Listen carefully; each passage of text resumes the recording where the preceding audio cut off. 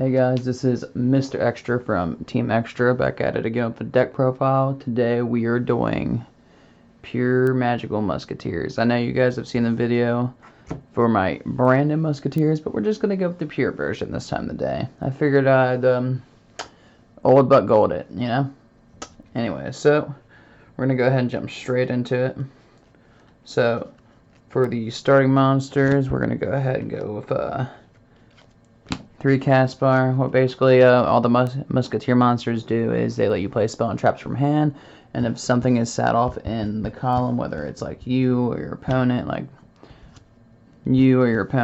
you gain certain effects off it. In my opinion, Caspar is your best musketeer, only for the pure fact that he searches for a musketeer card or a magical musket card from deck. So he's your main deck searcher. We're going to put him up there. Next we have our 3 Kid Braves. Kid Brave, again, same effect as like all the others, but when something gets set up in his column, he lets you pitch a magical musket card from your hand and draw 2 cards. So initially he's a fancy pot of greed. And next we have another MVP of the deck. We have 3 Starfire. Starfire's effect for column getting set off is special summon a musket from deck in facial defense mode that is level 4 or lower. Then we have 1 copy of Wild, which he will let you shuffle 3 magical musket cards from your deck back into your graveyard and draw a card, so he does your recycling for you. 1 Doc, which all Doc does is if he is set off, Doc will let you fish something from your graveyard that's a magical musket, whether it's a spell, a trap, or monster, and then put it back in your hand. And then we play 1 copy of Calamity, because Calamity is essentially a monster born for magical musket monsters if it's sat off in her column. Now we are going to go ahead and go into the spell and traps for these bad boys. So we are going to start with Desperado, and I run Desperado at 3. Desperado is essentially you need to control a magical musket to use it, which if you're doing this correctly, you're always going to have one on the field.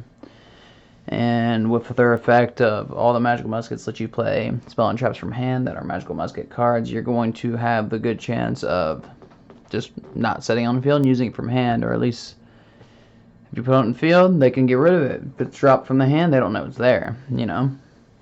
So it is a target 1 face-up monster in the field and destroy it. Now this would be nasty if it was you could use it multiple times per turn, but sadly once per turn. Next you got your 3 copies of Last Stand. Last Stand is essentially a spell and trap negate. Same deal. Magical musket's got me on the field to use it. If you're smart, you're going to use it from the hand. You're never going to set any of these unless you literally get put in a situation where you have to. Then we run 3 copies of Cross Domination, which this is a negate. This is one of your negates. Unfortunately, all these cards target for the most part, except for Last Stand, and Last Stand negates the activation. So I mean, technically, if they have an older card that says you can use it more than once per turn, then I mean they're gonna do it anyways. But you can initially use Last Stand to stop like Branded Fusion. That's a pretty good example. Stop Dark Ruler no more because it's responding with a trap, not a monster. But what Cross Dom does is Cross Dom negates the effect of targets. It negates the effect of a monster in the field, and then it changes its attack and defense to 0. Then we run 1 copy of Dancing Needle, which lets you banish 3 cards from your opponent's graveyard. And I say cards, not monsters, not spells, not traps. So it's really good to stab the graveyard, especially with these newer decks running around that are very graveyard reliant, like the Despians, for example, or the Branded package, for example, is also like that. I mean, people are still playing Invoked. I mean, Invoked can deal with banish, but yeah, just banish stuff from the graveyard. And lastly, I play 1 copy of Crooked Crown, What Crow Crown does is once per turn during the main phase, you can special summon a magical musket from your hand. When you special summon it, you can, whatever zone that you set the musket in, the zone across from it, if it's unoccupied, your opponent can't put anything there until the turn is out, whether it's their turn or your turn. So, for example, if you drop this from hand during your turn, set it off, and then you put one out, right? And then say you put it in like this zone. The zone on their side of the field, that's the main monster zone. If they have nothing in it, they can't put anything in it until it turns out. So that is it for the actual musket related cards. Now we're gonna go into the hand traps. I run 2 copy of Joyous. You're probably like, why 2? There's a reason for that. Joyous is really good in the format. It's gonna always be a good card until they just make searching not a thing in Yu-Gi-Oh! And I mean, that's never gonna go away. So 2 to keep your opponent from touching their deck. 2 effect veilers to stop their Verde, stop their whatever they're trying to use. Verde is just a good example. And then 2 Nibiru. Now, I run everything at 2 for right now because I know if you Nibiru users like me, you draw your opening hand, you have multiple Nibirus in your hand, but you don't get the chance to. Say if they're running like Eldritch, or they're running something else, or they're running like Despians, which most Despian players, if they're smart, they usually stop at 4. Or if they're running Prank Kids and then they have one in Griffin Rider out. If they're playing like Brave, Prank.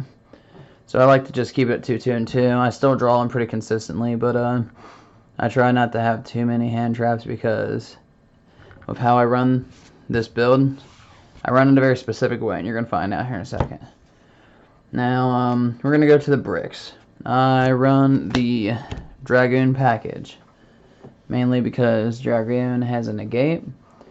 I could initially take Dark Magician out and then use Hexseal Fusion, but I kind of like being able to pop 2 things on the field. If you have Hexseal Fusion, I should recommend using it, but unfortunately I do not. So this is the best bet for right now until I feel like investing however much it is in the Hexseal Fusion. And then I also run 1 copy of the Golden Boy himself, Mr. Eldritch, and you will see why here shortly. I use him to send cards from the field to grave. I bounce him from the graveyard back to my hand and then put him back on the field. I run a lot of spell and traps in this deck because this is a control deck. Alright, let's go into the fluff. I run 2 copies of Cosmic Cyclone to set off my musket cards and to also banish those pesky cards, like if you're going against Eldritch or if you're Theater of the Branded. There's a lot of stuff you can do. A lot of cards that when they get banished, they die. They're dead. Then we have 2 copies of Crackdown. Crackdown is just a cheesy card. It's an older card. It targets, but it's pretty hilarious to steal your opponent's monster on their climb up. Like, all they got to do Verte, and then you just steal it from them and negate the effect to let them pay the 2,000. Then, as soon as they pay the 2,000, you crack down their monster so they pay cost to activate the effect for you to stop it. It's actually pretty hilarious. And you can also use this because Crackdown makes it to where when you take the monster, and I'm going to tell you something interesting that a buddy of mine showed me a while ago. We'll use Masquerade Dragon, for example.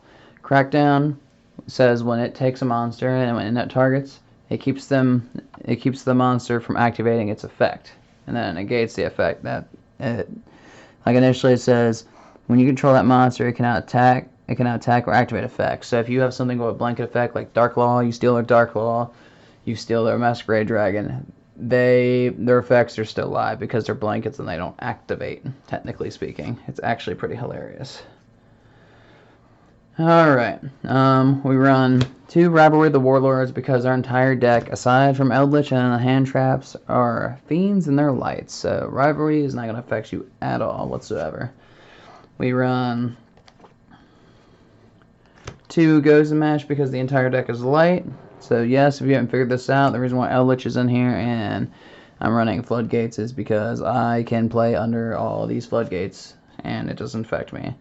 And we go 2 copies of Dark Ruler. Now, I have 3 Rivalries, I have 3 Gozens, I have more Dark Rulers. There's just some side deck, some not. Plus, I've been in a game where I've drawn an entire hand of Dark Rulers as my opener, and then, you lose because you don't have enough extension turn one or enough responses to them. And if you're going first and you have a bunch of Dark Rulers, it's kind of dead in your hand, if you know what I'm talking about. So we're going to go ahead and go to the side deck, and then I'll go to the extra deck. So the side deck for this, you're going to like this, guys. We have 2 dimensional barriers to deal with most of your standard stuff aside from link monsters, and right now it is turning into, unfortunately, a fusion format. So 2 of those to side in, 2 anti-spell fragrance to deal with like hero players who like to do like mass change, or Flaunderies players who like to put their map out, Desbian players. If you haven't noticed from the pile, we don't play a lot of spells in this deck. We play a whole whopping 3, and a lot of them we can just set down. Dark Ruler is the only one we can't just sit down and wait. We play 2 copies of Super Poly, and then we do the Super Poly targets, which are going to be 2 Dark Kaijus, and then 1 Predaplant Dracostephila. And Dracostephila is basically just situational. I'd rather have 2 Starving Venoms, but I have to pick them up on Friday. But this works, so say they whip out their Dragoon and their DP right after they do that. Super Poly, Dragoon, and their Verte. Because it's just a Dark Monster and Fusion Monster. Bam, you throw out this boy, you slap a token on another one of their cards, a Predator counter on it, and then it negates the activated effect of that opponent's monster that has a Predator counter, and you just slap it on there, and then you get a technical negate. It's not quick speed. Well, actually, it is quick speed. My bad. So sorry. So yeah, you get a pretty decent negate. Starving Venom's good for insurance. I call them insurance personally, but this would work. And then we have 2 Lancia.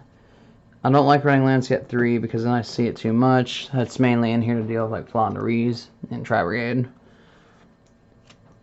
2 Ghost Ogre, because again, if you have noticed, I run hand traps at 2 in here, and a Harpies and a Monster Born. Now, you're probably thinking, why Monster Born, right?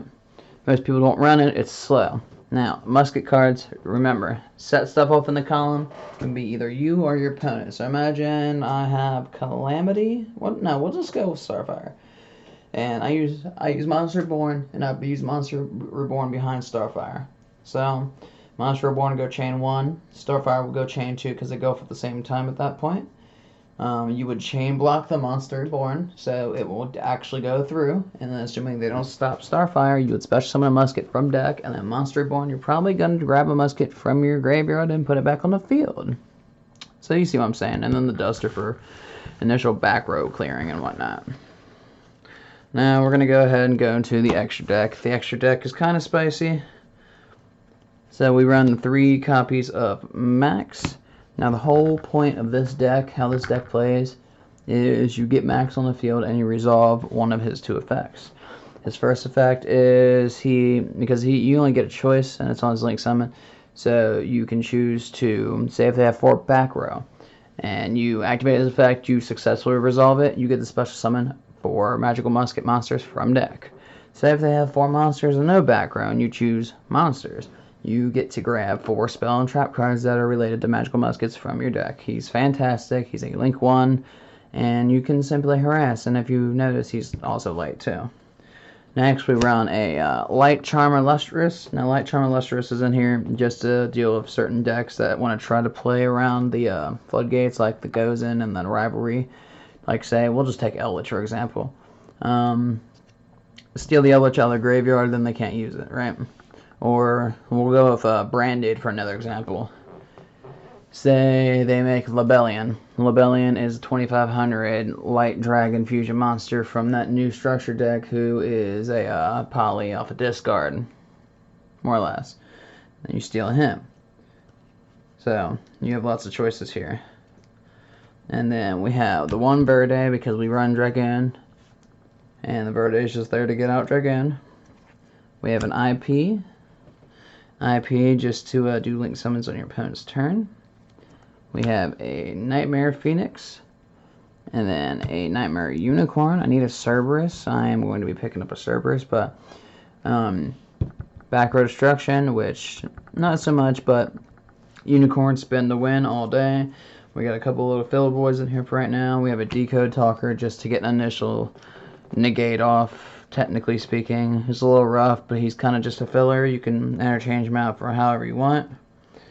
We have Tresbania to set him off to banish one of their main monsters because he does a non-target banishing, and banish as many of those monsters as possible, also as many spell traps on the field as possible. And if you do, inflict 500 damage to your opponent for each of the cards banished. So basically, say if they got a full back row, right? Like, let's just say Eldritch, for example, and then you intentionally set this off and you banish, like you set it off and you banish your own monster. Well, guess what? It says as many as possible for spell and trap. If they're not about to respond to all of that, you can banish their entire back row and then make them take burn damage for it too if you want, depending on how cheesy you want. We run a Dark Charmer because we do run a couple of Dark Links like Birthday, Unicorn, IP, Tresbania, Decode. So mainly just to steal their DPE, their Dragoon, whatever they're on. We run a Skull Dread simply to cycle and search. And then we run the good stuff, the real good stuff. We have our Dragoon to be just a mere big force. And then we have Double Access Code Talker. Now, Double Access Code Talker is usually a good move. It's hilarious, actually, because Access Code Talker, if you see him come to the field and you're my opponent, for example, you're probably going to think I'm going to push for game, because that's what I'm going to do. And now with Access Code, the reason why I run 2 is typically most of the time when, say, you live through Access Code, it goes back to your turn, you get rid of him. You don't ever think that there's 2. You're just glad the 1's gone.